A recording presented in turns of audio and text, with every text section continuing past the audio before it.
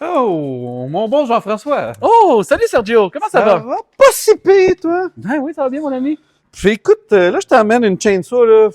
Découragé, là. Moi, j'arrive pas à partir. Y a-tu quelque chose qu'il faut que je fasse? Comment ça marche, cette affaire-là? Là? Ben, en fait, il y a une procédure avec les machines. Chez Steel, vous allez avoir toujours un principe, en fait, pour le partir, OK. qui va faciliter son utilisation. Si tu le respectes mal, les étapes, qu'est-ce qui peut arriver? C'est que tu peux nailler ta machine. Donc, la noyer, puis là, après ça, là, tu vas te battre avec. Là, Fait que c'est ça que j'ai fait. Probablement que tu l'as noyé. Fait que là, la bonne technique.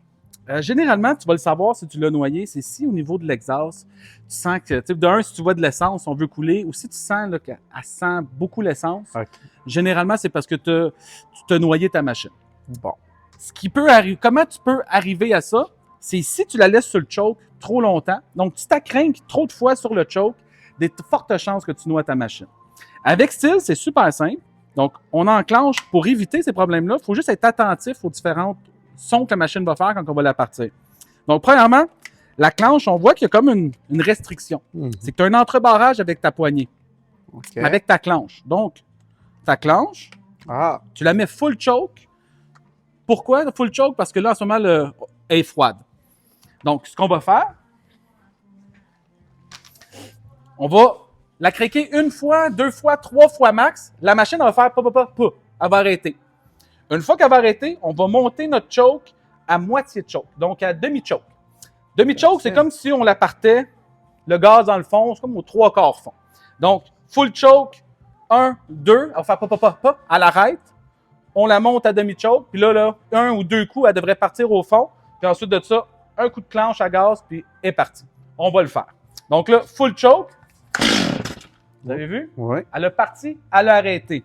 On la craint plus sur le choke. Si on la craint encore sur le choke, on va la noyer. OK. On la monte demi-choke, puis là, elle devrait partir au fond, puis on va venir y donner un petit coup de gaz. Puis quand il donne un petit coup de gaz, elle va se remettre à ignition, donc en mode d'opération normale. Donc, demi-choke.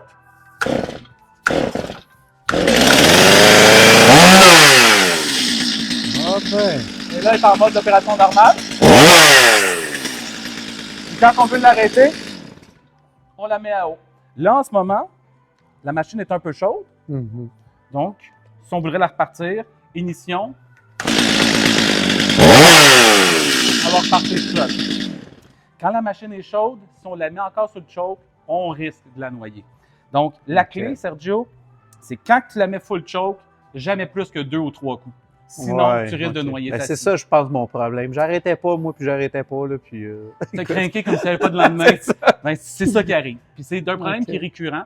Il faut juste savoir la bonne procédure. Bon, ben merci beaucoup, Jean-François. Encore Merci, une mon fois, ami. tu me sauves la vie. Ben, ça me fait plaisir.